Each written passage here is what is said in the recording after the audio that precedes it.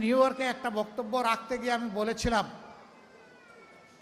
জামাতে ইসলামী যদি দেশ পরিচালনার সুযোগ পায়, কর্মজীবী মহিলাদের কর্মঘণ্টা 3 ঘন্টা কমিয়ে 5 ঘন্টা করা হবে। আরে যাই বলছি, বাংলাদেশের বঙ্গোপসাগরে জোয়ার শুরু হয়ে গেছে, চতুর্দিকে সমালোচনার ঝড়। হায় হায়, কি বলল জামাতের আমির সাহেব, এখন তো আর মহিলারা কোনো কাজই পাবে না। যারা বিভিন্ন কাজে নিয়োগ করবে তারা বলবে, বাবা আমার এই 5 ঘন্টা দিয়ে 8 ঘন্টার বেতন দিয়ে আমার তো পোষাবে না, আমার দরকার নাই মহিলা কর্মজীবী, মহিলা কর্মকর্তা আমার প্রয়োজন নেই। কারণ মালিক টাকা খাবে কেন? আরেক দল বলতেছে, যাও মহিলারা একটু রুজি রোজগার করতো, রাস্তাটা দিলেন আপনি বন্ধ করে। ভাই, একদিনে সব কথা বলা যায় না, বিবেচনা না করে, চিন্তা না করে এই কথা বলি নাই। আপনি কি আরেকটা মিটিংয়ে একজন প্রশ্ন করছে ভার্জিনিয়ায়, যে আপনি বলেছেন মহিলাদের কর্মঘণ্টা কমিয়ে দেবেন, এটা কি বৈষম্য না?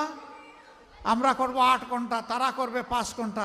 আমি বললাম অবশ্যই বৈষম্য, আসেন দেখি আর কোনো বৈষম্য আছে কিনা। পুরুষরা বাম দিকে বসেছে, মহিলারা ডান দিকে বসেছে।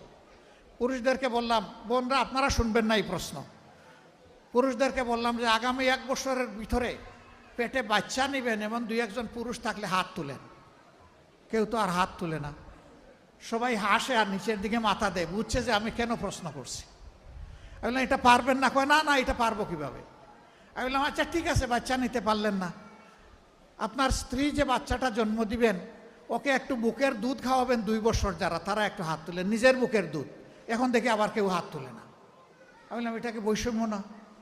একজন পেটে গর্ভধারণ করলো, এরপরে বুকের দুধ দিয়ে বাচ্চাকে বড় করলো, আপনি কিছুই করলেন না, এটা কি বৈষম্য না? তো সে সব কিছু করবে, আবার প্রফেশনাল লাইফে এসে আপনার মতো 8 ঘন্টা কাজ তাকে করতে হবে, এইটাই বৈষম্য। এখন বলবেন যে শিল্প মালিক বাঁচবে কেমনে, সরকারের কাজ হবে কেমনে? অবশ্যই হবে। যে জাতি তার মাকে সম্মান করে, আল্লাহ সেই জাতিকে সম্মানিত করেন।